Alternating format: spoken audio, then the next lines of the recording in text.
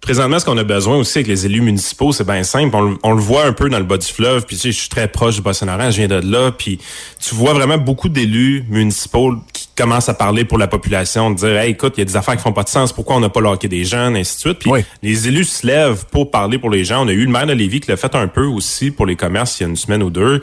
Puis c'est à ça vraiment que les élus municipaux peuvent servir présentement à la population parce que... Ouais, mais la bombe, c'est toujours lui, c'est sa personne, c'est lui, ses affaires, ses nananes, les autres. Bon, je m'intéresse pas, lui. C'est que tu veux qu'il arrive. Mais ça m'amade. Pas de mes affaires, lui, ça m'amade. Qu'il prenne son trou. C'est tout le temps lui, ses bebelles à lui.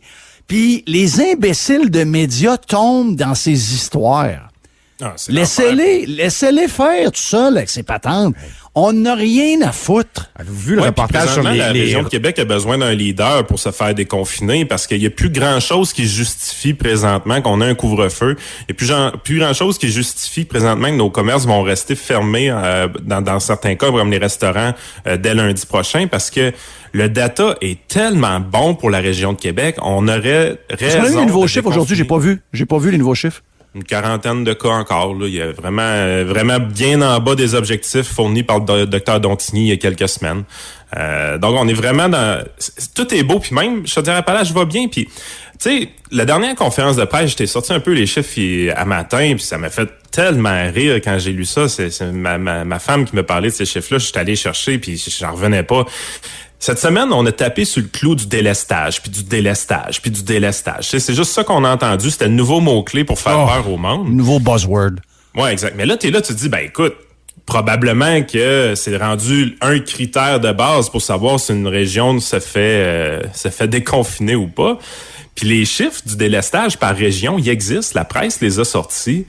Jeff, ça n'a aucun bon sens. Je veux dire, on est-tu d'accord que le Saguenay-Lac-Saint-Jean est en zone orange dès lundi? Oui. Oui, Saguenay-Lac-Saint-Jean, là, c'est la 4e région au Québec qui a le plus de délestage.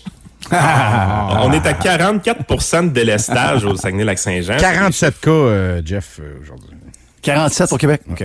Ouais. Non, à Québec. À Québec. Ouais. Écoute, c'est l'enfer. Pourquoi? Fait que là, tu te dis, le délestage, c'est important. Donc, finalement, c'est une histoire qu'ils ont inventée, puis du n'importe quoi. Ils n'ont pas vérifié le chiffre. Donc, là, comme d'habitude, ils ont l'air des tout croches.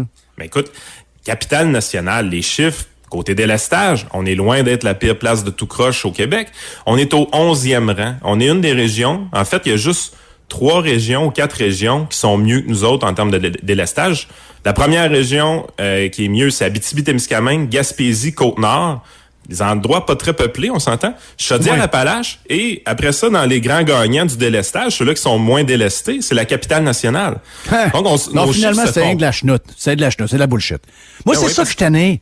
C'est ça qui m'écrase. C'est ça qui m'enlève le goût de continuer d'essayer de comprendre la patente puis de dire, j'ai le goût de déconnecter pour tout le temps puis de dire, faites ce que vous voulez puis il arrivera ce qu'on voudra puis démotiver tout le monde puis on prendra nos trous puis après ça, vous organiserez ce qui reste. C'est que on est entouré de bullshit. C'est ça tout le temps. C'est mené par 15 personnes. Là. Oui! Hey, ça, c'est de la... Puis ils pensent qu'on le trouvera pas. Ils pensent qu'il n'y a pas un Yann Sénéchal qui va checker les chiffres. Voyons donc! Je peux-tu vous faire écouter un extrait? Hier, j'ai jasé avec Guillaume Lemaitre-Vierge. Oui. Hier soir, puis je m'attendais pas à ça. Là. Mais d'ailleurs, j'adore ça, jaser avec des artistes qui ont de l'argent.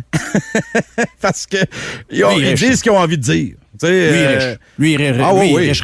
Ben oui, écoute, il fait ça depuis qu'il a 6-7 ans. Puis pas rien que ça, le contrat avec Hyundai, tout ça, c'est ça qui est le plus payant. C'est 800-900 000 par année. Puis on a jasé de ça aussi, Hyundai, puis tout ça, mais moi, j'ai juste demandé comment ça va, COVID. Écoute, on a fait un 15 minutes là-dessus. Il y avait des choses à dire. Puis il est revenu précisément sur ce point-là. Sur le fait que là, il y a ces petits groupes qui décident tout. Il n'y a plus personne qui est consulté. On peut l'écouter si vous voulez. Quand le gouvernement a la possibilité de mettre des lois, un peu comme des lois de mesures de guerre, parce qu'on a une situation extrême qu'on est en train de vivre, est-ce qu'à ce moment-là, les gens qu'on a élus, nous, en tant que citoyens, à qui on a dit on vous fait confiance pour les 4 prochaines années, je pense que c'est un peu comme un contrat où on aurait dit on vous fait confiance dans la mesure où tout se passe normalement. Ouais. Si ça dérape complètement, pouvez-vous nous redemander notre avis peut-être sur ce qu'on pense, dans quelle direction on devrait aller? Alors que là, c'est l'inverse qui se passe. C'est comme si on avait dit, quand on a élu le gouvernement, allez-y, Puis si jamais il arrive quelque chose de catastrophique, ne nous demandez surtout pas notre avis et faites tout ce que vous pensez et éliminez même des gens dans les prises de décision pour être sûr qu'il y ait le moins de monde possible qui décide. C'est drôle, moi je le vois comme ça en ce moment. Tu sais, puis j'ai dit, là, tu te feras pas aimer, là. Là, tu vas te faire venger. Mais Là, tu chantes pas dans... Ben, c'est ça. Quand je jase avec des Michel Barrette, j'adore ça, ils disent tout ce qu'ils pensent. Ben oui, les gars sont riches. Les gars sont millionnaires plusieurs fois. Qui arrive ce qui arrive, ça dérange pas. Ils vont continuer à avoir la même vie. C'est toute une différence. Mais ils disent ce qu'on dit, là. Mais il y a raison. Une radio complotiste. Il y a 2000, ouais, c'est ça. Il y a 2000% raison. Sa réflexion est excellente. Tu sais, des fois, moi, Guillaume, une couple de fois que j'ai rencontré, je dis, tabarnache, Guillaume, il est plus à terre. C'est pas qu'il est pas fin, mais c'était tellement un gars avec tellement d'énergie, puis tu disais, es-tu sur l'ecstasy, es-tu, ça, je sais pas, mais c'est un gars de même, mais c'est un gars fin. Tu sais, c'est un gars sympathique, puis il aurait pu s'enfler la tête. C'est pas un gars qui a la tête enflée ben. Mais tu sais, ça, c'est un côté de lui que je connaissais pas. Ben, il était écœuré. Puis il a l'air d'un gars qui il a pas peur de dire au Québec, c'est quelque chose, là. Ce qu'il vient de faire là, tu vas me dire, il est indépendant de fortune, il y a des maudites gangs qui sont riches qui se forment la boîte. Ouais, t'as raison. Mais, lui, il le fait, là. Ça, il y a tout mon respect. Puis ce qu'il dit, c'est vraiment vrai. C'est trop vrai. Puis ce qui est le plus dégueulasse que je rajouterais à ce qu'il a dit, c'est que vous êtes une petite gang. Puis la minute qu'un seul individu se lève, peu importe quel citoyen, parce que tout citoyen a le droit de se lever et de répliquer sur ce que les autres nous amènent, ces gens-là sont visés sur la place publique pour se fermer à boîte. Il y a une pression actuellement qui est digne des pays de merde où ce que si tu dis pas la bonne affaire, t'es tout de suite éliminé sur la place publique avec le goudron et les plumes. Ça, c'est l'affaire que je rajouterais à son commentaire. Ben, tu le rajoutes, mais il l'a dit. Il l'a dit, regarde, dans l'entrevue, il a dit, tu sais, puis les médias sociaux, aussitôt que tu te lèves la tête un peu, poser une question, flac, tu te fais couper ça direct. C'est... Ah non, il était... Tu sais, j'ai juste demandé comment ça va à COVID, il est parti 15 minutes de temps, regarde. Ben oui, tu sais... Cette semaine... c'est un businessman aussi. Tu sais, t'as vu un peu ce que David Lahaye... David Lahaye, il brasse depuis toujours. Pas avant COVID, il brassait pas mal. David Lahaye, c'est un spécial, là. Moi, je le respecte parce que... Tu sais, je l'ai eu une couple de fois à Radio Pirate avec sa grande barbe puis tout, puis ouais, donc, parce qu'il faisait le rôle dans Bad Blood. Mais, tu sais, faut que tu sois riche. Tu sais, il est riche. Ah ouais. Il est riche. Cette semaine, il m'écrit en privé, puis il me dit « Hey, Jeff, j'étais à Los Angeles pour tourner quelque chose. Je me demande comment retourner. T'as-tu un truc? Boum, boum, boum. » Tu sais, puis là, il m'envoyait quelque chose qu'il avait lu. Il dit « C'est-tu vraiment ça qui se passe? » Il m'a envoyé le gars, l'histoire en Ontario, le gars qui a été enlevé puis séquestré quasiment dans un hôtel. Une histoire oui, avec un bagel et un verre d'eau, là. Ah oui, avec un bagel et un verre d'eau. Il dit, c'est ça qui m'attend. Voyons, David, premièrement, si t'es capable, reste là-bas. 2, voici la manière de faire. Puis 3, je pense pas que ça arrive. Parce qu'ils sont tous mêlés dans le lacet. Donc, d'après moi, ça arrivera pas. Mais David Lahaye, c'est un exemple de ça. C'est que c'est un gars qui a une carrière nord-américaine. Puis il est plein. Donc, il y a de l'argent. Il peut dire ce qu'il veut. Mais c'est pas drôle, ça. Ça veut dire que c'est une autre affaire. C'est une autre patente où un pauvre est désavantagé par rapport à quelqu'un qui est riche. Un pauvre doit fermer sa boîte, puis un riche a la capacité de pouvoir parler puis questionner. Ça n'a pas de bon sens, ça? Ben non, dans le monde où on dit qu'il y a pas, on veut pas avoir un monde à 2 vitesses, puis avoir 2 clans, etc., puis on veut tout le monde au même niveau. C'est donc bien bizarre, ça. Ouais, puis dans un monde où est-ce qu'on a 2 clans, je veux dire, ça commence à être spécial. Je me suis amusé hier sur Twitter juste à lancer un sondage. Tu sais, on en a parlé beaucoup cette semaine, le ton de François Legault, faut que ça change, ça n'a aucun bon sens. Tu sais, j'ai mis une question bien simple. J'ai dit, quand il vous parle en conférence de presse, est-ce que vous avez l'impression qu'il vous parle comme un enfant de 3 ans, un enfant de 8 ans ou un imbécile? Puis j'ai mis le 4e choix pour donner une chance à ses partisans de répondre à un adulte intelligent. J'ai juste 2% du monde qui ont répondu adulte intelligent. Fait que t'es vraiment dans une position où est-ce que présentement on parle, là, mais on parle à nos gens qui nous suivent depuis un certain temps, à nos gens qui aiment bien ce qu'on dit, qui ont un discours semblable au nôtre, mais on réussit absolument pas à parler à l'autre gang. Tu sais, je m'attendrais de me faire challenger par des pro-caquistes. Il doit en avoir une coupe. On fait une élection demain matin, ils vont gagner. Il doit y avoir des gens qui l'aiment, la CAQ. Oh, ils vont gagner parce qu'ils ont la TV sur eux autres depuis 9 mois. Puis ils vont gagner parce que les autres sont pas bons, sont vraiment mauvais. Il n'y a pas de fans. Mais on s'en parle dans un an et demi. Il m'a dit comme Éric Duhem, on s'en reparle. Lucien Bouchard, comme Éric me dit cette semaine, Lucien Bouchard, après le verglas, là, il était imbattable, ce gars-là. Puis un an après, il a gagné, mais c'est Jean Charest qui a eu le plus de votes au total au Québec. Donc, il a gagné de peur, là. C'est une possibilité. C'est l'affaire... Quand on regarde d'autres extraits, je veux dire, il y a un extrait qui circulait hier où est-ce qu'on avait isolé seulement les questions de Pierre Bruno à Christian Dubé. Hey, c'est capoté, ça? Oui! Mais là, t'es là, tu dis, hey, on est vraiment deux gangs au Québec. Tu sais, c'est vraiment Pierre Bruno contre Jeff Fillion, là. Je veux dire, tu mets les deux qui parlent. Je veux pas ce match-là, moi.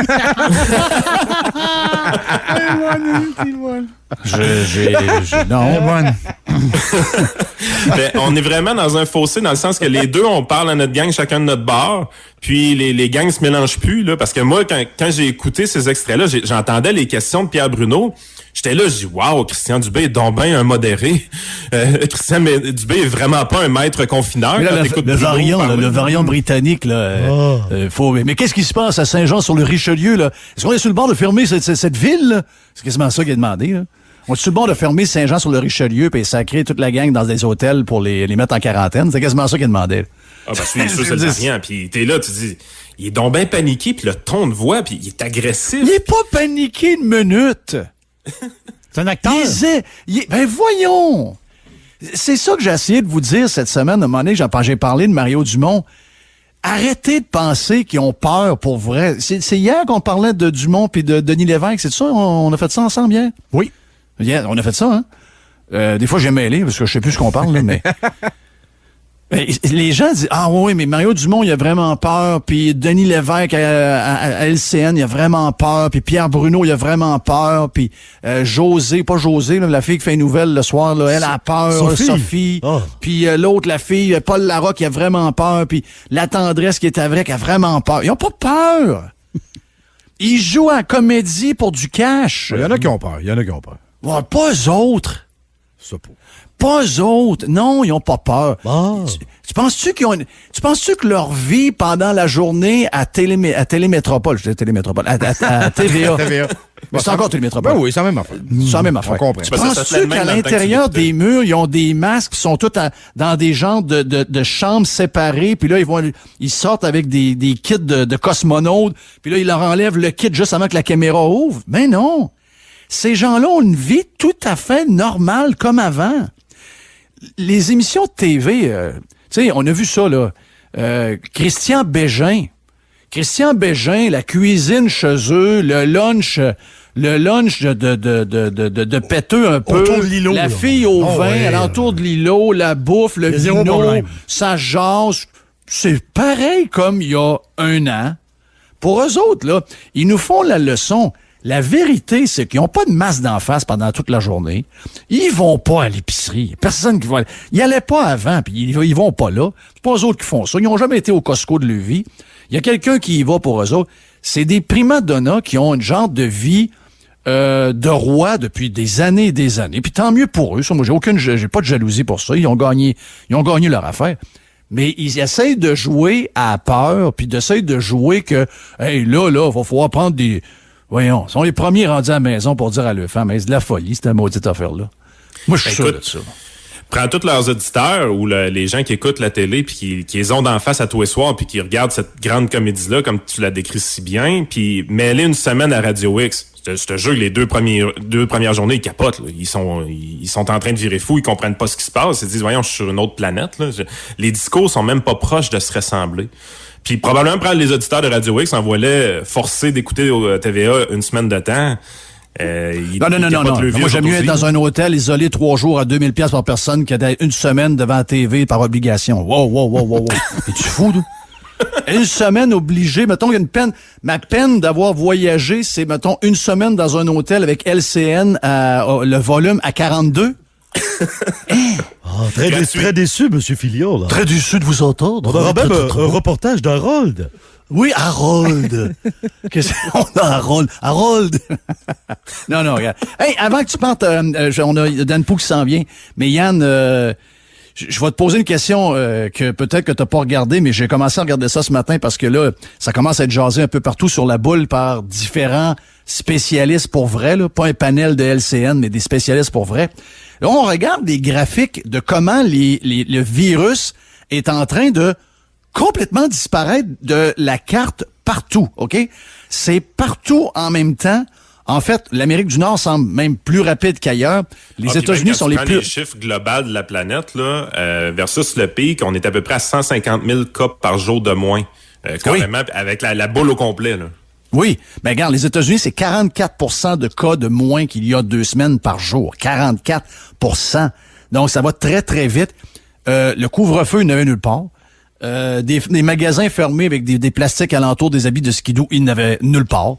Il y a des places qui ont des restaurants d'ouverts, des places qui ont des restaurants fermés. Il y a des places qui ont des masques obligatoires, des places qui n'ont pas de masques obligatoires. Mais malgré ça, ça n'a fait aucune différence. C'est en baisse dans la même vitesse. Et là, on regarde des pays un peu partout à travers le monde, ça va très, très vite partout. Et là, les chercheurs, des gens qui sont spécialistes là-dedans en Europe, aux États-Unis disent, et ça, j'ai tombé d'un thread de même. Ouais, d'après moi, on n'aurait même pas le temps de se faire vacciner. On est peut-être en train de parler dans le vide. Il est peut-être en train de s'auto-éliminer. Et ce serait venu de 2 choses. L'immunité collective naturelle, donnée par les gens qui ont été malades, ceux qui ne l'ont pas été, etc., qui ont été testés positifs ou non, qui l'avaient puis ils ne savaient pas. Mais on serait peut-être dans ces eaux-là et d'un virus qui a plus de place à aller ben. Est-ce que c'est quelque chose qu'on sera capable de jaser ici, là, de cette réalité-là? Parce que ces chiffres-là, c'est exactement ce que nous avons chez nous, là. Moi, écoute, on revient vraiment au début de la crise. Il y avait certaines personnes, quand on a commencé à parler de confinement dans les places de pays développés, il y avait des experts qui disaient, ouais, c'est peut-être pas une bonne idée parce que il y a des possibilités, ce genre de virus-là. Puis là, évidemment, on avait le SRAS de 2003 en tête quand on disait des choses comme ça. Peut-être qu'il va juste passer vite puis qu'on le reverra plus. C'était une possibilité qui était évoquée. Puis si on faisait des confinements, on se ramasserait, tu sais, à force de vouloir aplatir la courbe. On l'a toujours dit, l'aplatissement de la courbe fait que la surface en dessous de la courbe vient pas nécessairement plus petite. C'est juste qu'on l'étale plus longtemps dans le temps. Peut-être que c'est juste qu'on étire la souffrance plus longtemps en aplatissant les courbes. Que peut-être ce serait un virus qui viendrait, qui spikerait, qui redescendrait, puis après ça, on reverrait plus si on le laissait aller. Bon, écoute, honnêtement, est-ce qu'on est là? Peut-être pas. Ce qui est surprenant dans toutes ces courbes-là, de voir que tout est un peu synchronisé sur la planète, tu te dis, c'est quand même assez spectaculaire. Le point qui revenait du thread, regarde, moi, j'étais probablement l'idiot de la gang qui disait ça, là, mais si tu voyais que c'était tout des bols, là, eux disent, on s'est peut-être trompé sur une chose. Ce virus-là allait réagir non pas à une immunité collective de 70%, mais allait probablement disparaître quasiment d'un claque de doigts avec une immunité collective à 50%. Et on serait là. C'est sûr qu'il y a des endroits qui ont un peu de vaccin. Tu sais, il y a 10% de la population américaine qui est vaccinée. C'est sûr que ça a un lien peut-être d'une certaine mesure. Je sais pas trop comment la première dose peut affecter ça. Mais disons, tiens, pour faire plaisir aux gens qui sont pro vaccins et scientifiques, on va dire que ça a un lien. Mais pour eux, ce serait vraiment plus quelque chose qui arriverait du fait que le virus s'est promené. Il y a on s'est collectivement immunisé. Parce que dites-vous que si on a eu un tel nombre de cas positifs, la réalité, alors que c'était souvent 8 ou 9 fois sur 10 asymptomatiques, beaucoup plus de gens ont été malades que les chiffres qu'on nous a présentés. Pas malades, mais je veux dire qu'ils auraient eu en principe ils ont eu le virus et leur système immunitaire a réussi à gagner. Puis on dit qu'aussi beaucoup de pays de l'Asie et de l'Afrique aussi auraient eu déjà un coronavirus il n'y a pas longtemps dans le même style et qu'ils avaient déjà en dedans d'eux autres quelque chose pour le battre. Donc, on s'en va peut-être. Puis c'est drôle, je disais ça hier à Dom Morin dans le One-Two Punch. Dom, il dit, comment tu vois? Moi, j'ai mis mes lunettes roses. Je pense qu'il va arriver quelque chose qu'on voit pas, que personne parle. Je pense qu'à un moment donné, on va sortir de ça, puis ça va comme... Il va comme arriver quelque chose où ça va peut-être disparaître par soi-même comme plusieurs virus dans l'histoire. C'est ça que j'allais dire, parce que là, il y a du monde qui vont rire de toi. Là, tu vas être repris sur tous les sites de tout croche, puis ça va disparaître comme par... Ben écoute, on a déjà joué dans ce film-là, la grippe espagnole, celle à laquelle on a comparé le corona depuis le début, là, la dernière grosse pandémie, c'est exactement ça qui est arrivé. Oui. Le mané, boum, boum, boum, il n'y en avait plus. Oui, parce que la grippe espagnole, ça a été spectaculaire, ça avait touché vraiment plus de monde que ça, puis on était à une autre époque, on perdait plus de monde aussi, ça tuait des gens. Dans toutes les catégories d'âge, c'est ça. Exactement. Moi, cette possibilité-là, c'est sûr qu'on l'a pas écartée parce que encore aujourd'hui, on a de la misère à expliquer pourquoi le SARS-CoV-1, qui est la version juste qui précède celle qu'on a présentement, qui est celle de 2003, pourquoi elle a disparu aussi vite? Parce que, rappelez-vous, l'hystérie un peu en 2003, c'était spécial. On les voyait, les Asiatiques, avec les masques d'en face. On voyait qu'est-ce qui se passait de leur côté. Puis finalement, ça nous a juste jamais atteint ou presque pas. Pourquoi là, c'est sûr qu'il y a plus d'interconnexion entre les pays qu'il y avait dans le temps aussi. Là, ça a été plus facile de le spreader partout sur la planète qu'en 2003. Mais c'était une possibilité quand même que ce virus-là disparaisse de soi-même. Mais évidemment, on lui a facilité la vie d'une certaine façon avec le confinement pour qu'il perdure plus longtemps. Mais ça va être les affaires, le fun qui vont être à checker après ça. Oui, si on a des années étudié tout ça, si on a fait comme du monde, si on a justement pas étiré le mal. Parce que si septembre 2021, on arrive, on sait une chose, le Canada sera probablement pas très vacciné en septembre 2021. Non, c'est pour ça qu'il faut rester optimiste avec ce genre de patente-là, parce que ça arrivera pas par le travail des fonctionnaires, des élus. Là. On peut aussi bien souhaiter quelque chose du genre. Puis si ça arrive que finalement, même si on n'est pas vacciné beaucoup, septembre 2021, la COVID est plus un sujet, il est complètement disparu. Là, on va avoir beaucoup de questions à se poser parce qu'on va se dire, attends une minute, là, est-ce que réellement ces confinements-là ont été utiles? Parce que s'il était pour disparaître de lui-même, on a-tu passé à côté d'une opportunité qui était grande de simplement continuer à vivre puis finalement d'être un peu plus patient? Ça arrivera pas. J'espère qu'on sera assez mature pour le faire. Merci Yann. Bon week-end. Prends le temps que tu as besoin pour relaxer. On se reparle lundi aux alentours de 11h45. Mon nom est Jeff Fillion. Beaucoup de choses à venir. Dan Pou s'en vient. Il est stand-by. On y parle dans quelques instants. Pierre Couture va s'en venir également. On a plein d'affaires d'ici 2 heures, mais il faut faire la pause maintenant. Jeff Fillion. Radio X.